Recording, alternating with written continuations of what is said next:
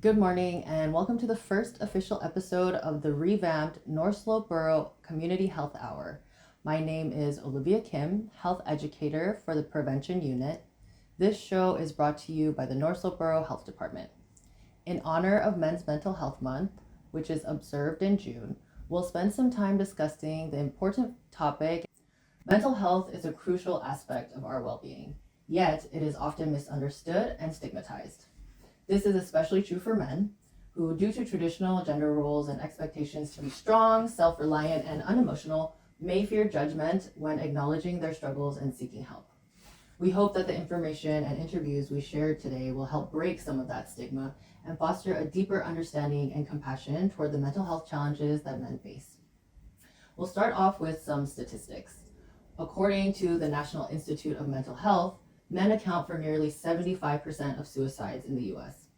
Men are more likely to be diagnosed with alcohol dependence and antisocial personality disorder, while women are more likely to be diagnosed with depression and anxiety disorders.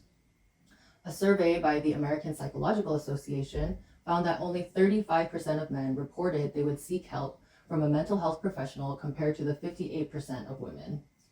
The Anxiety and Depression Association of America states that although 1 in 10 men experience depression and anxiety, fewer than half receive treatment. The consequences of untreated mental health conditions can be severe, particularly in remote communities where the impacts of each suicide are intensely felt. In Avaiyak, we recently felt the grief of losing 3 young men to suicide. We know firsthand how mental health not only impacts the lives of individuals, but also impacts those around them and the community as a whole. These challenges can impact relationships, work, and personal goals. They can also lead to physical health issues, such as heart disease, stroke, diabetes, and insomnia. So how do we begin to address these issues? And how do we break the stigma around men's mental health? We start by creating spaces where men feel safe enough to acknowledge and speak about their emotions through open communication and dialogue.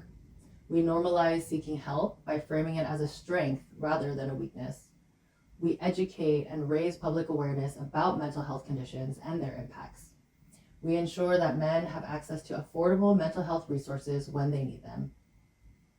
So in honor of breaking stigmas around mental health for men, we'll first be sharing interviews with Kamaka Hepa and Avaiyak Burnell. Our first guest, Kamaka, is an Avaiyak-raised professional basketball player. He is currently playing professionally in Frankfurt, Germany. Our second guest, Avaiyak, is the VP of North Slope Operations and Enterprise Facilities at Arctic Slope Regional Corporation and is the recent recipient of the Alaska Journal of Commerce Top 40 Under 40 Award. Our guests will spend some time discussing the role of mental health awareness and how it's played out in their own lives. And with that, let's get to it. Hello everyone, my name is Kamaka Hepa. I'm originally from Borough, Alaska, where I grew up. And today we'll kind of be discussing some mental health topics for men specifically as we enter June. Can you share your personal journey with mental health? Yeah, so I would say my mental health journey started sometime around when I was in college. I had a really good mentor, which was also my head coach at the time, who kind of introduced me to mental health. I would say before that, growing up, it wasn't necessarily a topic that was discussed at all. Very little awareness of it for myself individually. So I would say I started kind of late. But yeah, it's definitely been tough. You know, it's not an easy concept to grasp, as it's, you know, something that's not talked about too much. And I guess that's kind of why we're here today, is to just bring more awareness to it and really put it out there in the open for the community, especially for young adults, young men specifically, who may be struggling with mental health. So that's what we're here today to kind of discuss and, you know, learn about. Thank you. Was there a moment when you realized mental health was something you needed to take seriously?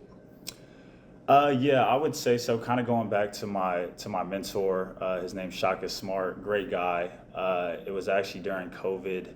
He would always check up on me and ask me at the time, which I thought were weird questions, you know, just things that I never really discussed with anybody. But yeah, I would say that during those times, especially during COVID, when things were kind of weird, you know, just are like the external circumstances of things and how life was at the time, it was just a lot of downtime to really reflect on yourself. And I think that's the first part of mental health is looking inside and kind of reflecting on what's going on in there. And I would say, yeah, my mentor, he really kind of helped guide me and understand, what was going on internally, which I think is the basis of mental health. That kind of leads me into my next question, and you already touched on it, has your understanding of mental health changed over time? And it sounds like it really has. No, absolutely. I mean, as a kid, as somebody who was in their youth and growing up and becoming a young adult now, I would say that it's significantly changed. Taking certain things more seriously and really trying to understand and have different tools to navigate life, because as you grow up, things become more real and become more serious, and things get harder, and life is hard. That's just, I feel like, an underlying thing for all human beings, is that life circumstances can get really hard, and it's very important, I feel like, with mental health, is to just understand how that, like your internal world and what's going on inside of you, can be a direct reflection of our external circumstances and things that we face each day, and how we navigate those different things. Very good, thank you. Are there specific life events that have significantly impacted your mental well-being? I know you've mentioned basketball. Has there been other areas of your life where your mental health has really been challenged, or you've needed some extra push? Yeah, I would say in the past decade or so, kind of growing up from being an adolescent into a young adult, there's definitely been different circumstances that have impacted my mental health or really swayed what was going on inside of me. And obviously, with mental health being a topic that's, excuse me, with mental health being a topic that's discussed more and more, I feel like I've grasped a better understanding. But just to name a few different life circumstances, that's what I like to call them, or life circumstances, just things that individuals face day to day and throughout their lives as they get older.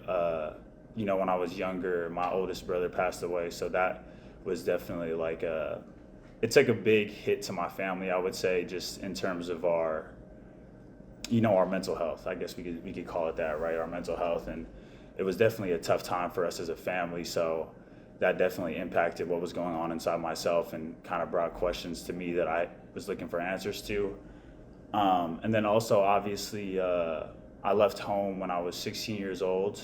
And that's, for anybody who's experienced moving as a high school student, that's obviously its own test. And so that impacted what was going on inside of me at the time as well. And that happened kind of right after my brother passed. So it was a lot going on, and, was definitely definitely more of an internal test, I would say, for me, is just to kind of keep my priorities straight and understand what I want to do and continue to chase those different dreams and goals that I have for myself, while also battling what was going on internally and also what wasn't necessarily talked about, which I guess will be a message that we'll kind of discuss more and more today, is just understanding that it's okay to put it out there. Like, it's okay to put out what you're feeling and what's going on internally, because that's the only way that you can kind of get support and get help for those certain things. And it might not be comfortable, sitting up here and talking in front of you guys is definitely uncomfortable for me, but I feel like it's something that is necessary to be done if we want to continue to grow and take steps forward. And then another event that happened more recently, I lost my father last year. So that was another significant event, I would say, that impacted what was going on for me. Internally, but also externally. Like, there's a bunch of different things. I was overseas playing basketball in Poland at the time, and I had to come home and kind of just leave everything. It was like, this is my main priority right now. I need to focus on making sure my father is laid to rest properly, and being with my family, being with my mom and my siblings. Like, obviously that externally. So just when I say externally, I mean just like on the outside world, like what's going on around us and our surroundings. It was definitely a big change for me. And then obviously with all of that stuff taking place outside, it's kind of like a cause and effect relationship between what's going on inside as well. So those were a couple events. And then beyond those, also just trying to navigate what it means to be a professional athlete. I think that was a tough test for me as well. Going from college, which I was playing in Hawaii at the time, going from college in Hawaii to moving overseas to Poland, like that was an experience of itself. And yeah, I think, despite all of these different moving pieces, and this is how it is for most people, I would say, is life circumstances kind of bring you into situations that you can either grow from or you can break from mentally. So yeah, as we were talking about, just those different significant events that I've experienced in my life up until now, and how it's important to navigate what's going on around us, and how that makes us feel inside of ourselves, and what's going on mentally. I think it's very important to have this discussion, so that we can kind of bring light to different tools that we can bring to the youth in our community, young men and young women alike, and help them, be able to navigate what's going on in their lives. Because I mean, for everybody, life puts us in situations where we can grow, that we can grow and learn from, or in situations that can break us mentally, and what I feel like, an important message to the youth really is that, when you kind of take a step back from all of the noise that's going on mentally and internally, and you create space for yourself, I think that's when you realize that you have a choice, regardless of how difficult a situation or a circumstance may be. I think it's important to take a step back, have awareness of what's going on outside, know the different factors that are kind of making you feel the way that you are. And then also have an awareness of how it's making you feel. I think that gives yourself space, to choose. You have a choice now. You have a choice to learn, or you have a choice to let it eat you up and put you in a dark place mentally. So yeah, I think it's important that we're having this discussion today to just kind of shed light on different tools that our youth can use and take with them as they're navigating their own lives. How do traditional views of masculinity, like being strong or self-reliant, affect men's willingness to seek mental health? Yeah, I think that definitely has a big role or is a big factor in, the discussions that we have as young men. I consider myself a young man now, 25 years old. Obviously, the people that we want to reach are a little bit younger than me, kind of in high school, maybe even a little bit younger than that in the community. And I feel like, being so young, you kind of just learn from what you have around you, right? The role models that you have in the community now. And, I think growing up in Borough, the types of leaders that we do have, I feel like it is very traditional. It is a very traditional view of masculinity and how the men of the family are supposed to provide and, to be a strong figure in our families and in our communities. And I feel like that is a double-edged sword a little bit, in the fact that, there are very strong, independent leaders, young men or men in our community that have showed us it is possible, which is a good thing. Like that idea of masculinity, I think is important for Borough and how it's, how the community is made up. But on the opposite end of that, it's, at what cost are we, what are we losing from it? And I feel like on the other end of the spectrum is, role models for our young men in the community to see that it's okay to struggle. Everybody struggles. And I think that how it's portrayed, or the stigma around it, is that you struggle alone, and you struggle, away from everything that's going on externally. And so when you're taking on all of that responsibility yourself, it can be very heavy. Right. And so now you're going throughout your day, not necessarily with as much energy or, just that lightness, like that feeling of peace, having peace internally. And so I think, introducing this topic now and really just talking about how it is okay to struggle. It is okay to cry. It is okay to have all of these feelings as a young man. And to understand that, like, it's not the end of the world, And I feel like something that even pours more into like having a negative mental health experience is being isolated. I feel like, as human beings, I feel like we are a group that thrives on community and thrives on support and thrives on, the relationships that we have with others. And that's kind of where those traditional views of masculinity can have a negative impact, especially on our youth's internal world or internal circumstances, right? And so, yeah, just by having these conversations, just making sure that the youth does understand that it is okay for all of those things to happen, and also that you can have a voice and you can talk to people about it and ask for help and to be supported. I think that's what the Department of Health and Social Services is doing here, and I think you guys are doing a tremendous job, is just making sure that the young adults in our community know that they do have an outlet to reach towards, right? So kind of just to summarize that a little bit is, yeah, like the traditional views of masculinity, I would say, have done well by our community. It's created strong leaders for sure. But as we move forward, I think it's important that we have these conversations and let the youth know that it is okay to ask for help. It is okay to feel these different emotions going on, and not to shut them off, and to not shut out people in your life, right? You want to continue to ask questions. You want to ask for help when you need to. And yeah, I think that's the most important thing is, just to let the youth know that we are here for them. And we are here to help them grow. And, that's the only way that our community will be able to survive and continue to flourish is if we can do those things. Kamaka, have you ever felt pressure to hide your emotions or tough it out rather than ask for support?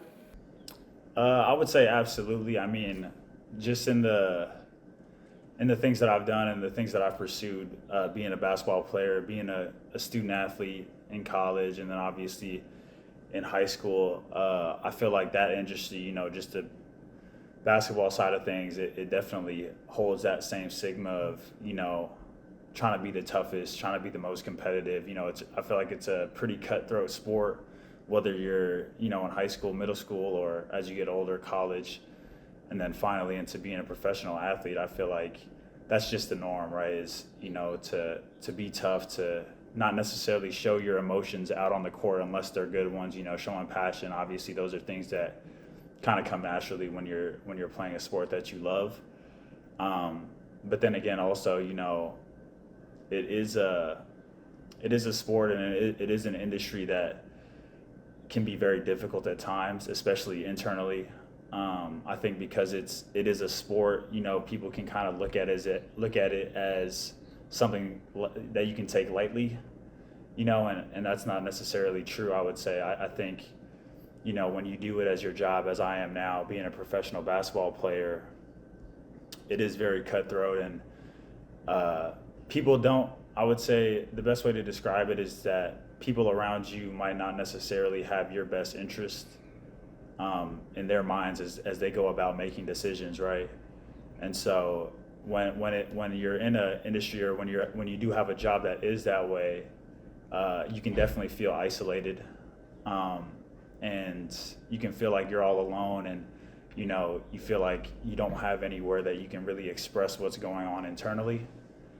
So I definitely have had the experience of kind of battling that specific example of just not necessarily knowing where to express your emotions, how you feel, what's going on mentally, what kind of thoughts are you having, how are your relationships being impacted by suppressing those different emotions that you are having, right? And so when having those experiences for myself, I found it best for me to kind of just, when things aren't necessarily going my way, or when decisions are being made that I can't necessarily control, and it feels kind of like the weight of the world is against me, and I'm having all of these emotions, and I'm having all of these maybe doubts about what I'm doing. I found it the most beneficial for me to kind of just rely on people that I know are really in my corner, people that really support me. So I'm not afraid, to talk about. I talk a lot with my friends, because a lot of my friends that I played basketball with, and so they kind of understand what that means as well. And so I definitely do have a good group of friends and family around me that I know that I can go talk to, and not necessarily have to worry about the cutthroat business of being a professional basketball player or the cutthroat business of being a college student athlete. Even though that's not professional, I feel like it's all the same. Is there are things that you can't control and things you can control.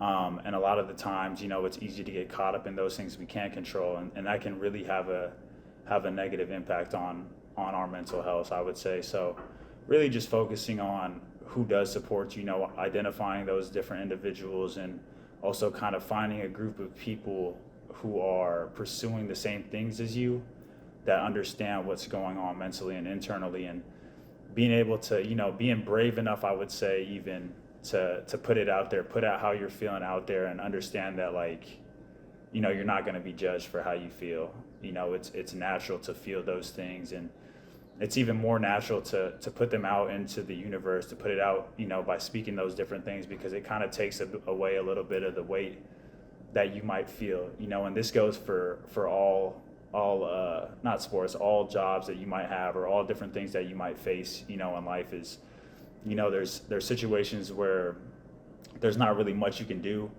and that can make you feel a certain type of way internally, mentally. And then also recognizing and being aware of the fact that you do have people that support you regardless of what's going on in that specific industry.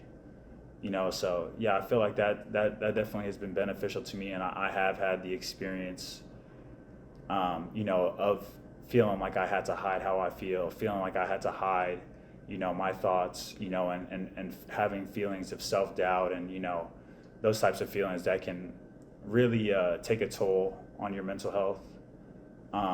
And so just, recognizing that's what is taking place, and then also recognizing that there are people that are there for you, beyond what you provide for them, right? People that just genuinely support and care for you. So I think, when it does feel like that, and you feel like you need to hide your emotions or hide how you feel, hide your thoughts, taking a step back from that and recognizing, okay, who are the people in my life that I know that I can count on, that I know won't judge me, and people that you can really just lean on during those difficult times when emotions are flaring, and you might be having thoughts that aren't necessarily in your own benefit.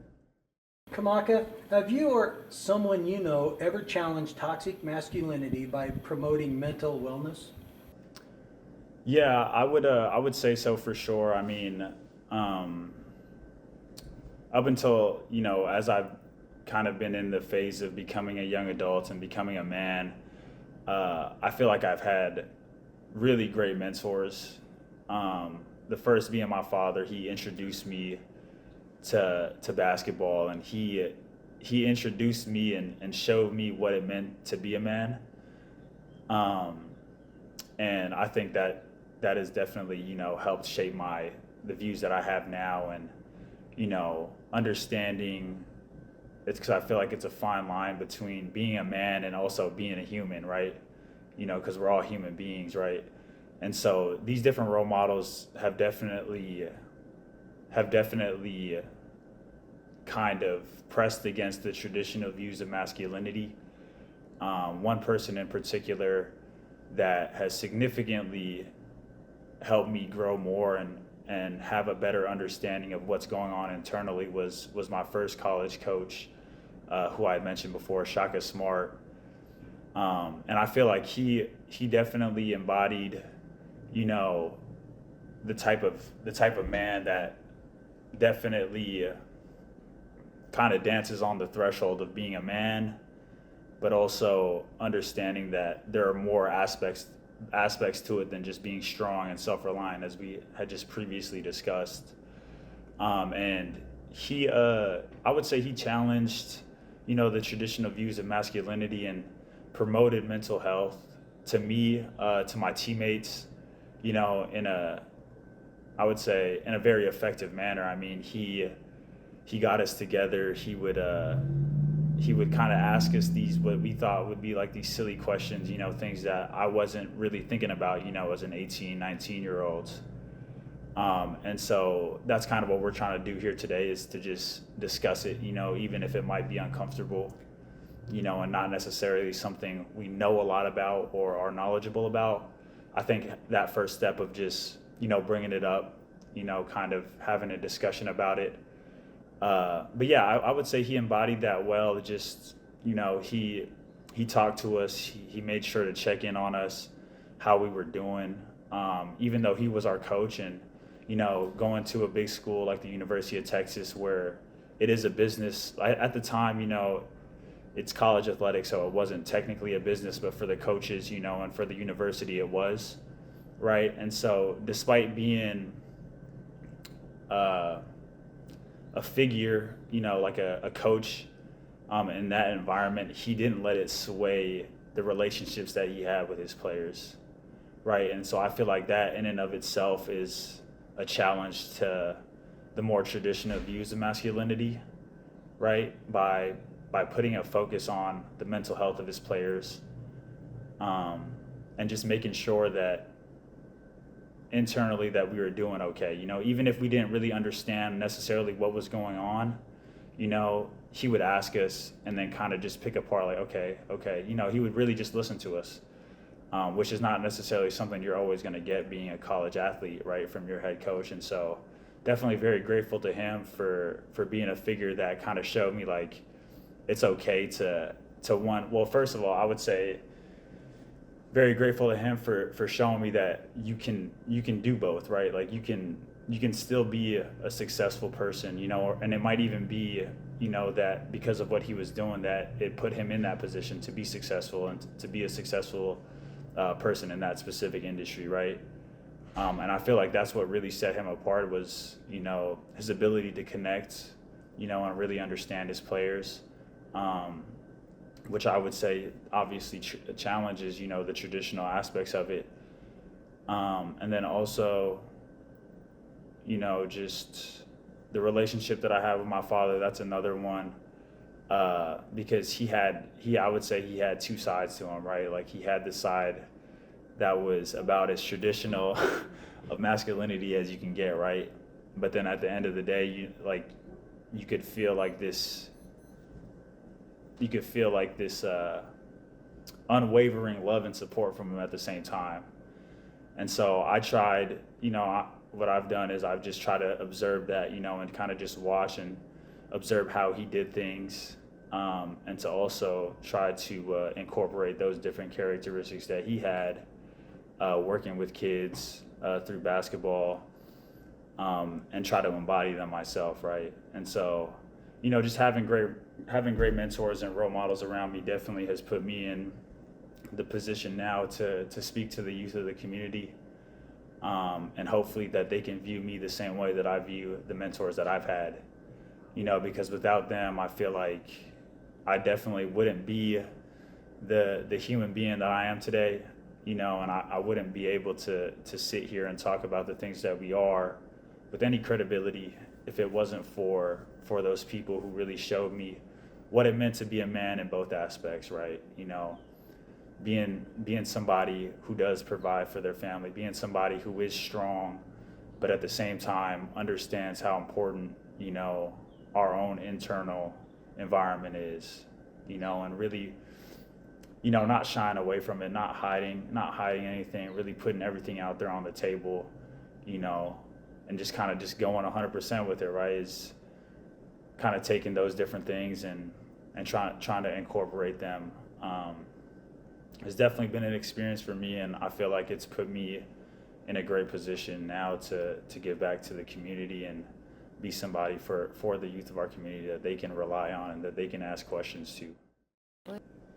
So that wraps up our discussion today for Men's Mental Health Awareness Month, and really just the topic of mental health in general for everybody in the community. And first of all, I just want to thank all of you guys for listening and being with us here today as we discuss topics that necessarily aren't something that we always want to talk about and put out there. But I just want to let you guys know that I do support, everyone watching this video, and I want to be a role model and a mentor for the youth of our community.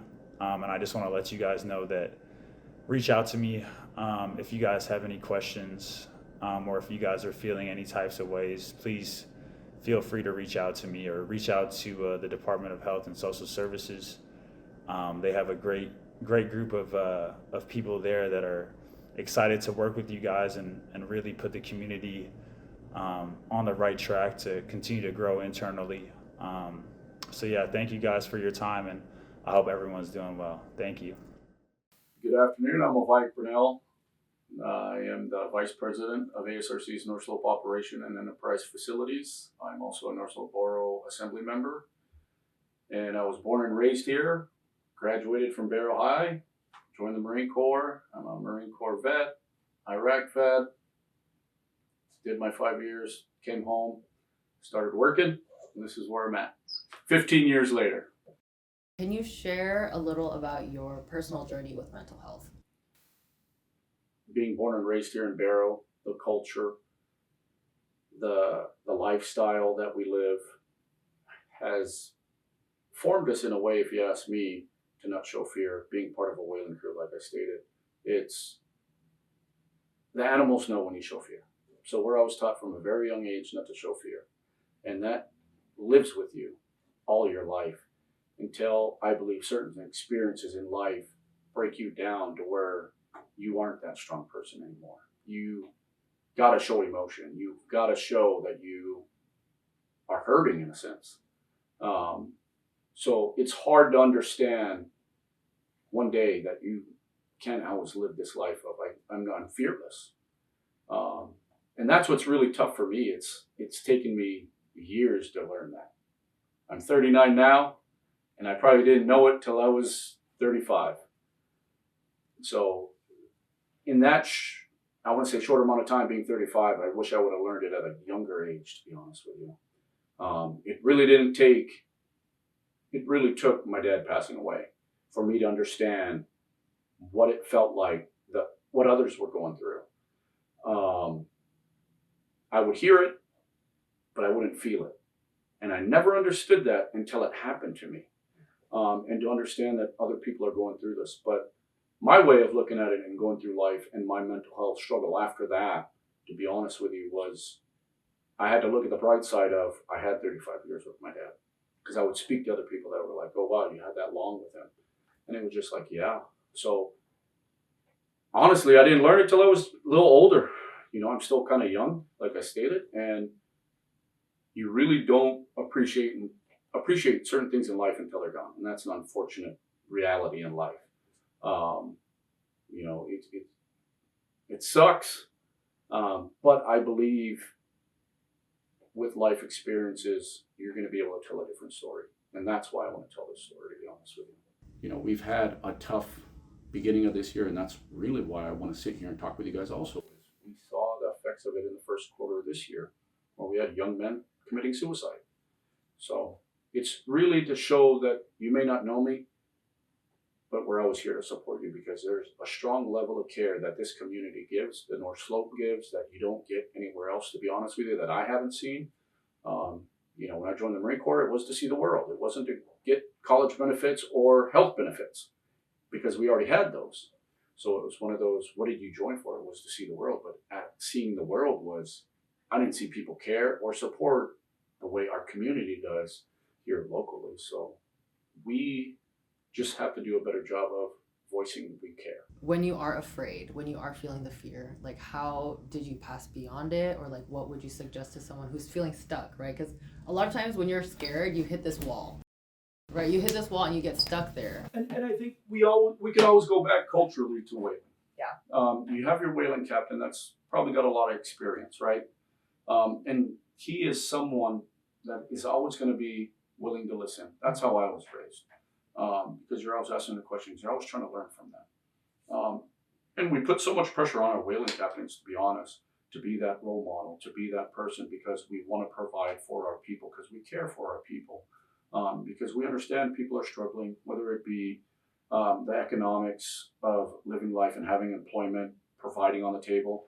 You know, that was something very young or very early in whaling with Oliver Levitt was, we don't go whaling for us, we go whaling for widows, ones that can't provide for themselves. So being able to lean on your whaling captain for me, growing up was huge because those were, we get our answers from. because they've had the life experience and saw and did. And if you knew they could do it, they believe in you that you could do it. And that's what we always look for. Being part of a whaling crew now, it is different at my age now, because now we're the ones encouraging them. That we believe in you. We know you could do this because we were able to do it kind of attitude. So how do we get past that? How do we understand that? It really is just doing, to be honest, and putting in the effort, I guess, of making sure things happen and doing it the right way when it comes to whaling. And I'm probably going to reference whaling quite a bit because that's just a way of life. Yeah. And how do we tie that together with how we're raised? I mean, that's all we know sometimes. Yeah. A lot of people, that's all we know is whaling and being a strong provider. Never giving up. And that's something that I guess I just learned over time. It's like you just don't give up. You continue trying no matter what. And if it's in your favor, then it's in your favor. But if not, then you're going to try again. And it's just one, being raised with no fear, and one with no give up attitude. Work hard for what you want and kind of achieve those goals. So, going back to whaling, I guess my next question would be, what Inupiaq values or practices, in what ways can those things also support our mental health? How can it support a deeper sense of connectedness to ourselves and our emotions? I think respect goes a long way. That value of having respect for one another. It's being a listening ear. It's being engaged with others, no matter who they are.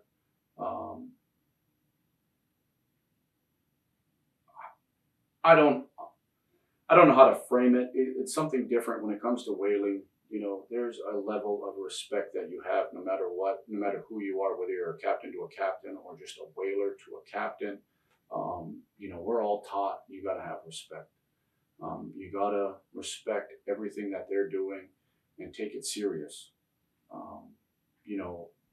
Listening to your elders, that's another one, right? And understanding they went through something very different than we're going through today. Life was very different 50 years ago than we have the amenities that we get to enjoy today. So listening to your elders, respect for your elders, respect for one another, to be honest. Those two really go hand in hand with everything that we do and that we're trying to teach when it comes to the whaling culture. When we start talking about our ancestors and what they went through, and even just some of the elders locally, and the fight to survive wasn't even known because it was so normal. Yeah. And to understand this is the new normal now. It's getting in your car or walking to work or providing all the time, where providing was just a way of life. Now providing is a way of surviving in a different world of assets, I should say. And the resiliency of our ancestors, if we understand what history has done over time and understand that our ancestors or our elders at the time, what it took for them to get here, for you to be here, your existence to be here. How do we get us to understand there was such hard work and a fight, in a sense, for you to be here, that you matter in that way, right? Like, everybody matters. That's the thing. And if we take that for granted and just say, I don't matter, you need to open your eyes and your mind and probably your heart to everything, in a sense of it took a lot for you to be here. When we start understanding that better, I think the overall thing we'll see in life is people appreciating it all. And sometimes we don't appreciate life, which is, I don't want to say fine, but you're going to go through these moments. But once you start really appreciating life and time, you're really going to realize how much of it is so short. And we're not going to be here forever. So your time on this earth is to make the most impact, I believe, in a positive way for others, because we're all struggling. And if we could just help one another every day, all the time, it just gets better for us. I learned probably suicide at a very young age, really in the Marine Corps. Unfortunately, when I was in Iraq, a young kid committed suicide. And I was like one of the first ones responding. And it was really one of those why was this the answer? And I remember them telling us it was a permanent solution to a temporary problem.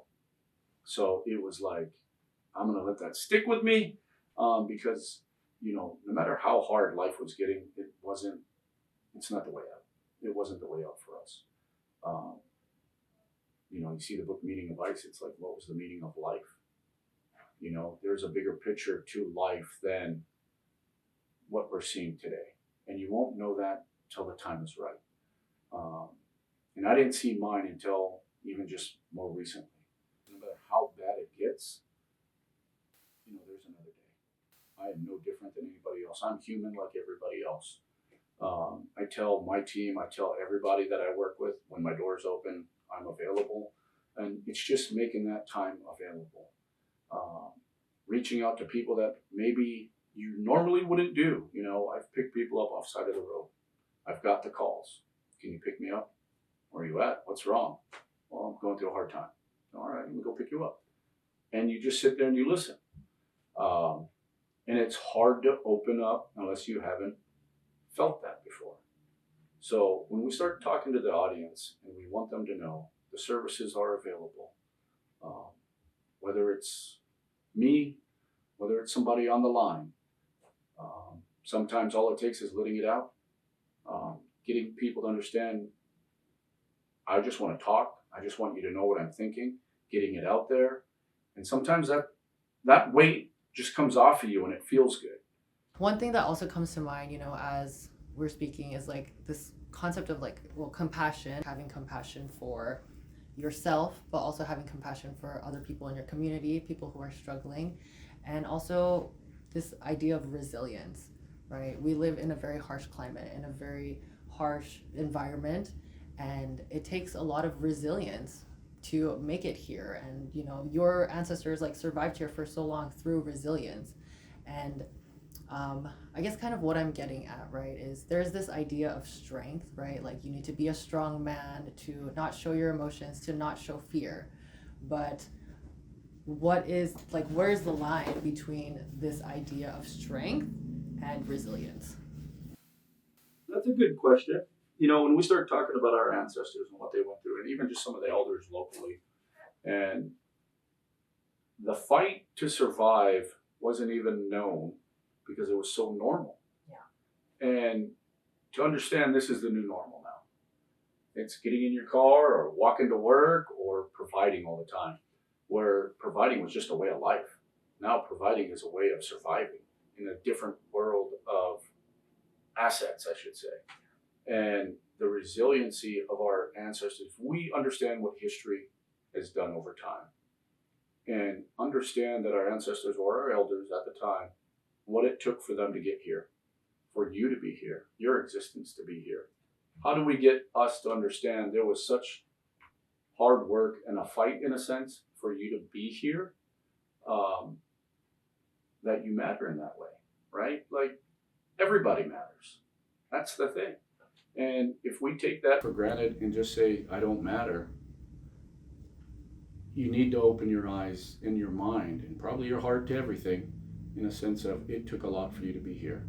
When we start understanding that better, I think the overall thing we'll see in life is people appreciating it all. And sometimes we don't appreciate life, which is, I don't want to say fine, but you're going to go through these moments. But once you start really appreciating life and time, you're really going to realize how much of it is so short. And we're not going to be here forever. So your time on this earth is to make the most impact, I believe, in a positive way for others, because we're all struggling.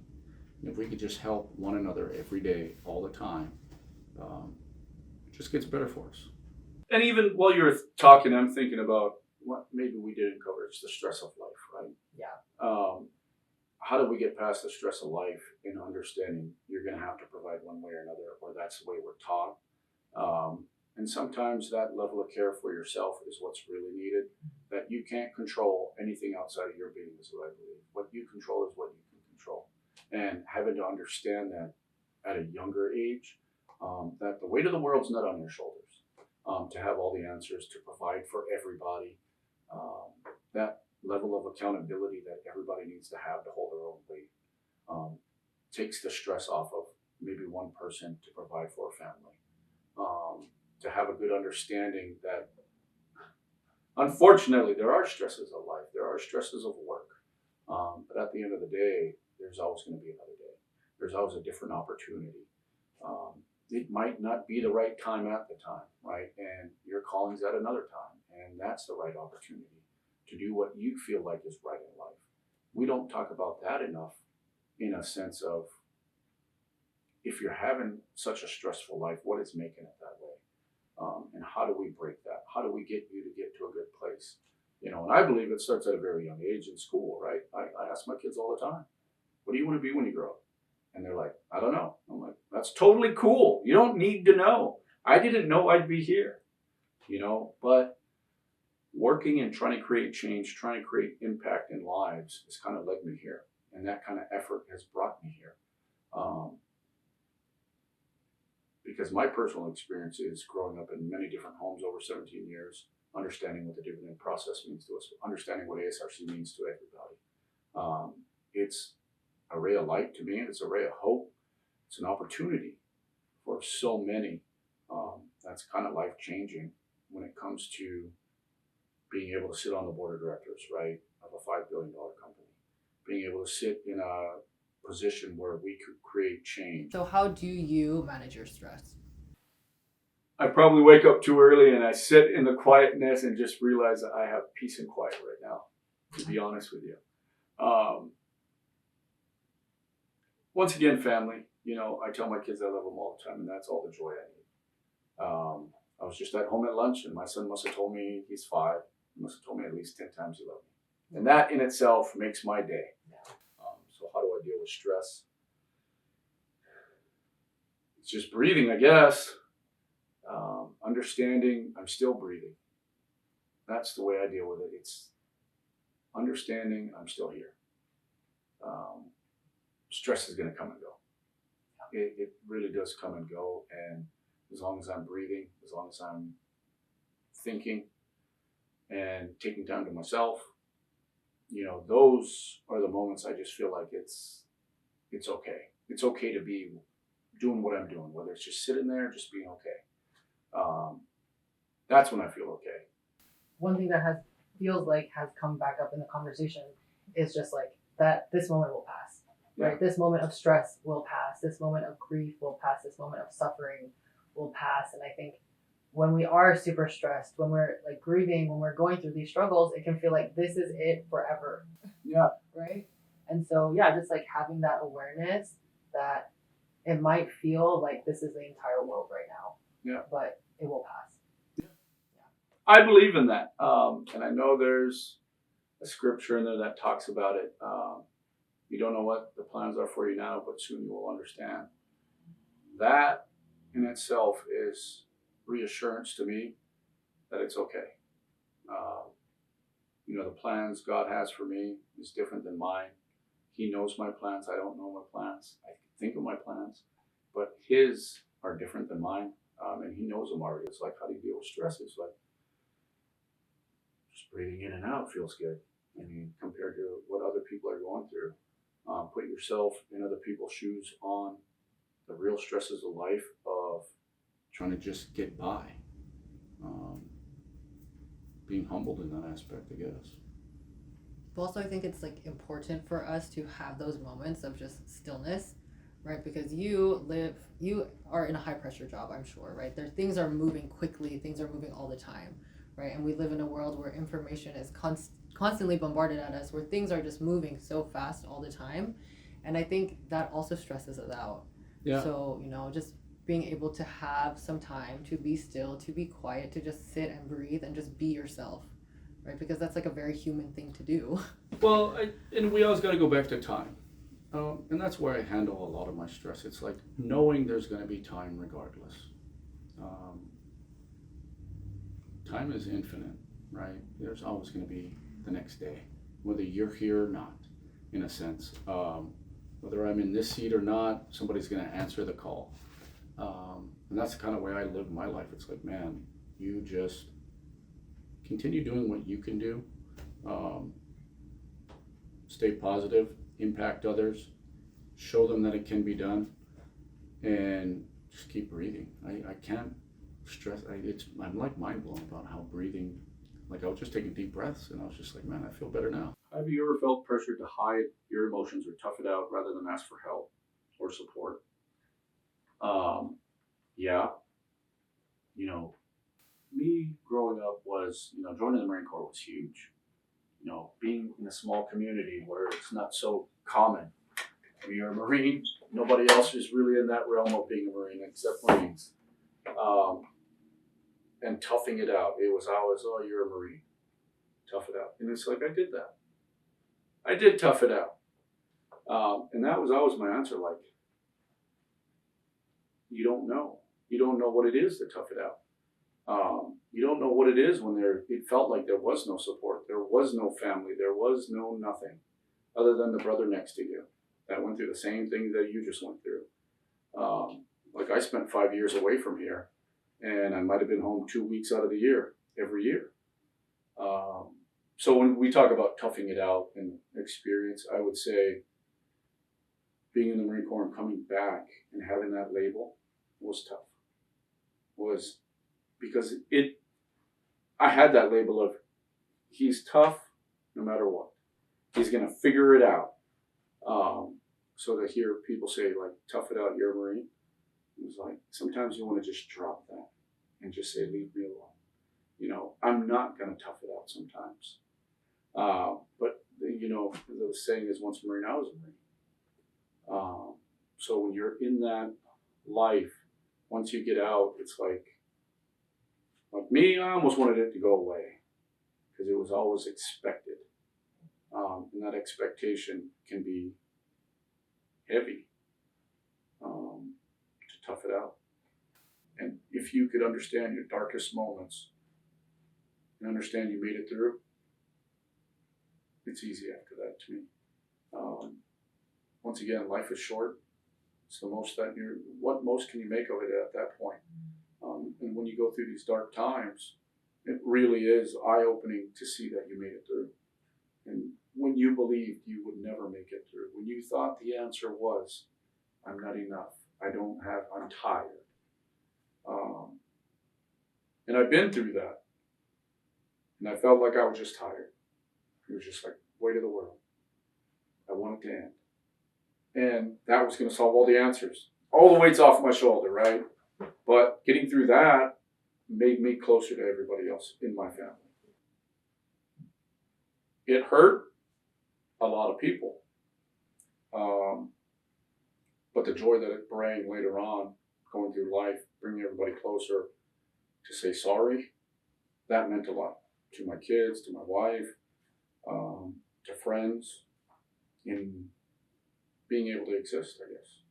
I've been on the other side of helping people, having to go to their house, having to stop this, having to pick up someone on the side of the road. And in my time, it felt like I had 0 people.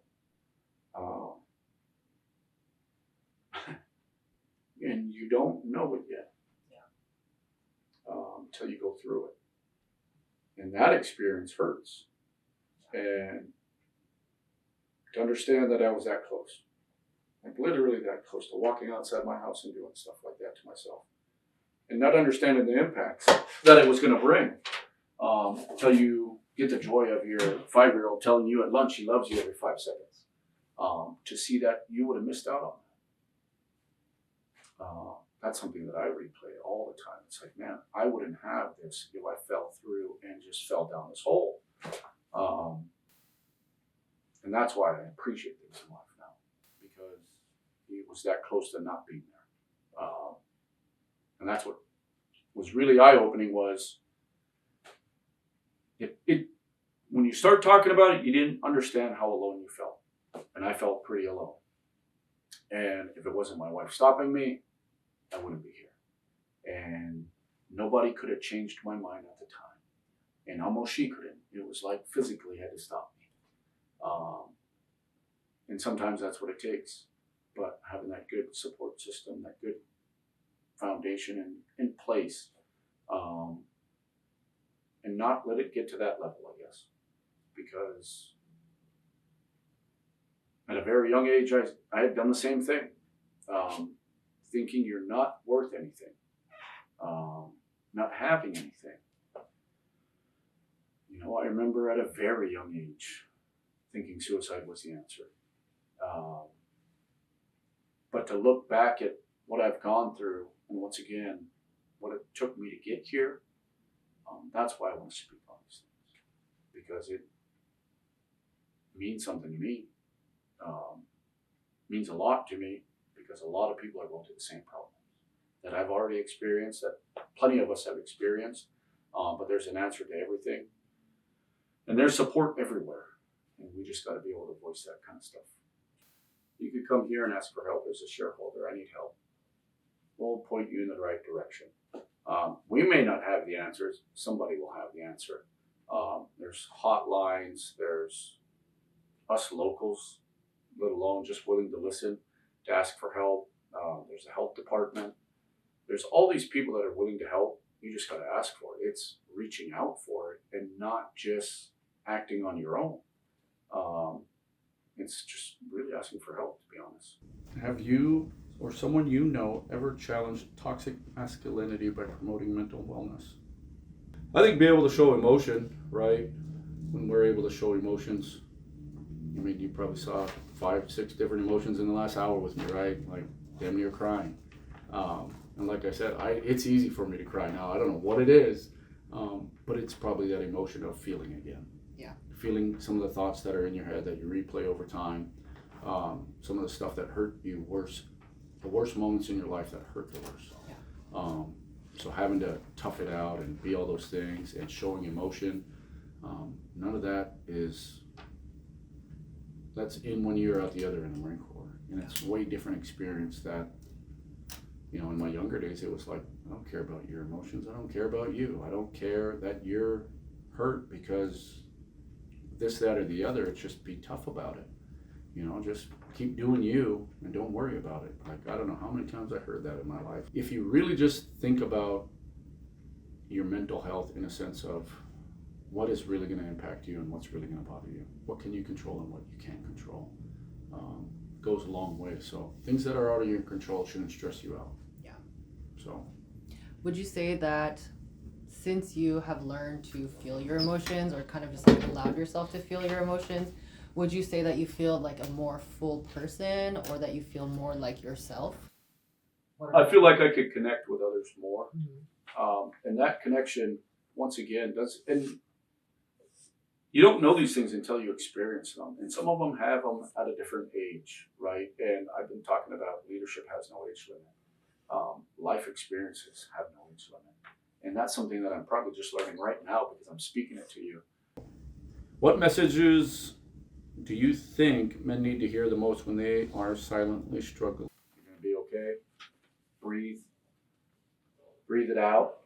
But it's just breathing and understanding, like, we all struggle. You're no different than any of us. I think everybody struggles in life. It's just how you deal with it. It's not giving up. Don't give up. Find different ways to improve. Ownership and accountability on your end of where you're failing. What are you doing to change that in your life? So, silently struggling, that's a tough one because there's so many of us. So, and we all have a different story to tell. When you start talking about it, I remember in that moment, I felt like I wasn't good enough. I felt like I wasn't enough. I felt like I wasn't providing enough. And no answer I gave was enough. There was no enough of something. And it was just like a mountain of things that wasn't enough. I remember I cried myself to sleep, kind of attitude. And I remember waking up thinking, why? Why did I do that? And I remember waking up thinking, man, I'm awake, I'm breathing, where I couldn't be right now. So that's good to know when we start talking about sleep, because I just was like, man, nobody told me that. I just kind of learned it on my own because I had to experience it on my own. Yeah. But I remember in that moment when I woke up, I felt grateful to be able to wake up. I felt thankful to be able to breathe. Being able to go downstairs and just say sorry and just quietly say it in a sense where we all just sat in silence, where it was like, what just happened? Why are you different? What was that? Why was that? And being able to talk about that with my wife and kids was like, man, I'll never do that again. Because you saw the fear, once again, that they had of losing their dad. And that's what hurt. Because I was in that same realm as a kid and watching my dad, see me in a different attitude of, there's something wrong with my son. I don't want to have to go through that with my son, but yet here I am teaching him something that I don't want to see from him. So that made me realize I can't be doing that. If I don't want this to happen to me, why am I teaching it to them? So to be able to realize that at the time, that night, was like, man, I can't have this happen. If we're going to be the change, we got to lead the change. And people talk about generational trauma, right? Yep. So, things that you saw your parents do that got passed down onto you. And so I would say in a way, by having that consciousness, that awareness to be I don't want to pass this on to my son, that is an aspect of generational healing happening within your experience. So that's pretty cool. Yeah, I mean, you don't realize these things, like I keep saying, until it happens. And if we could break that kind of mold of waiting for it to happen, and reaching out and finding support, like he's asking, where do you find support? There's so many places, there's so many people willing to listen. And that's where we, I think, break that chain of, hate and anger in everybody. It's like, man, people really do care. It's unreal. Like I said, when you leave here, it's a whole different world.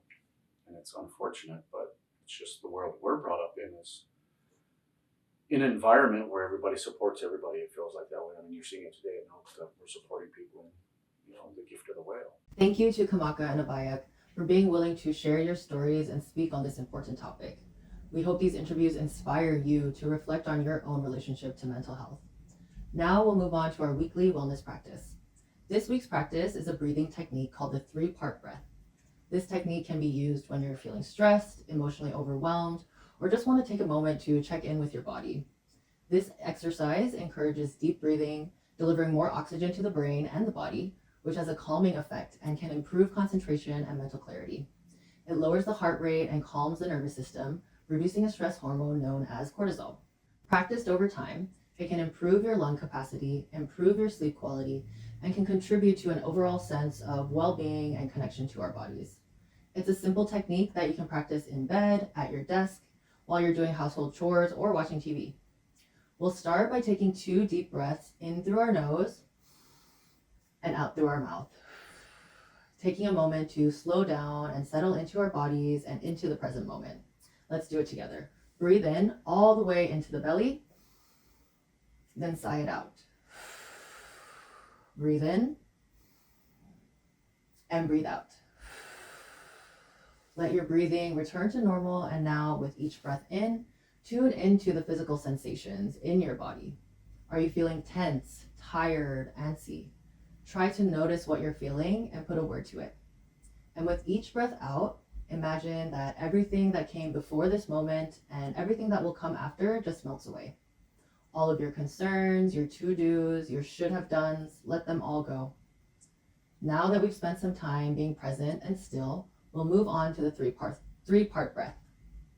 For this breath, we'll keep our mouths closed. I'll walk you through it a couple of times, and then we'll do it together for a couple of minutes. We'll start by placing one hand on your belly, just near your belly button, and the other hand on your chest, just below your collarbones. As you breathe in, you want to start by filling your belly first, then your ribs, then your chest. And as you breathe out, empty out your chest first, then your ribs, then your belly. This may feel challenging if you haven't tried deep breathing before, so use your hands as a guide. As you breathe in, feel your belly inflating beneath your palm, then the ribs expanding to the sides, then your chest rising outwards. And as you breathe out, feel your hand going down with your chest, feel your ribs coming in, and feel your belly deflate.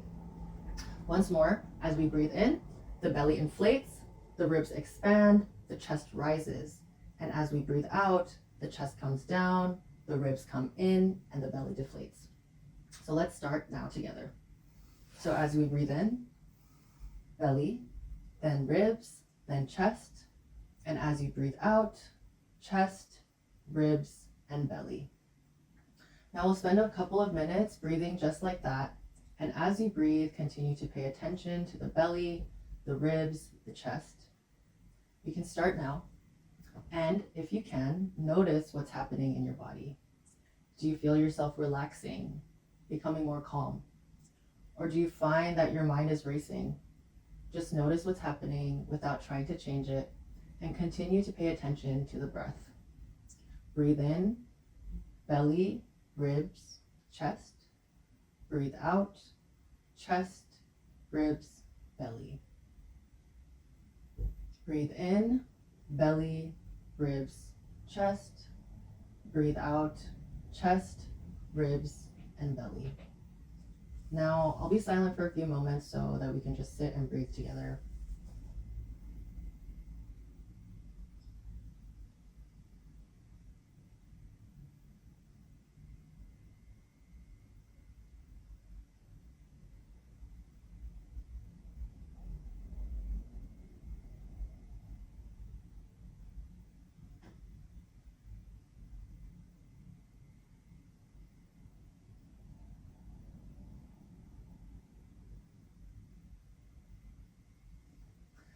Now we'll let go of that breath and let our breathing return to normal. Before you move on, I want you to spend a couple of moments tuning into your body once again. Do you notice any changes? Try to put a name to it. Say out loud what you feel. I feel more rested, more calm, more relaxed. Remember that this is something you can return to at any time, and is a simple practice that you can add to your daily wellness routine. Thank you for spending some time breathing with me. Thank your body and yourself for supporting your mental health. Thank you so much for tuning into the first episode of our radio show Revival. We hope you enjoyed the show and learned something that can help you on your own health and wellness journey. In future episodes, we'll have a Q&A section. Please note that we record our episodes in advance, so the answer to your question will air a couple of weeks later. If there's anything from this episode that you'd like to learn more about, or if you have any questions in general, please reach out to me by email at olivia.kim@north-slope.org or by phone at 907-852-0344, extension 4116. Next week, we will be airing a men's mental health part 2 with 2 more interviews, and we'll also provide some resources for men who would like to explore their relationship to mental health. Throughout the month of July, we'll be talking about PTSD awareness and minority mental health. If you'd like to be a guest on our show or would like to nominate a community member whose story you'd like to hear, please reach out to me as well. We appreciate you so much and are excited to spend more time talking about health with you. Until then, Kway Nakbuk.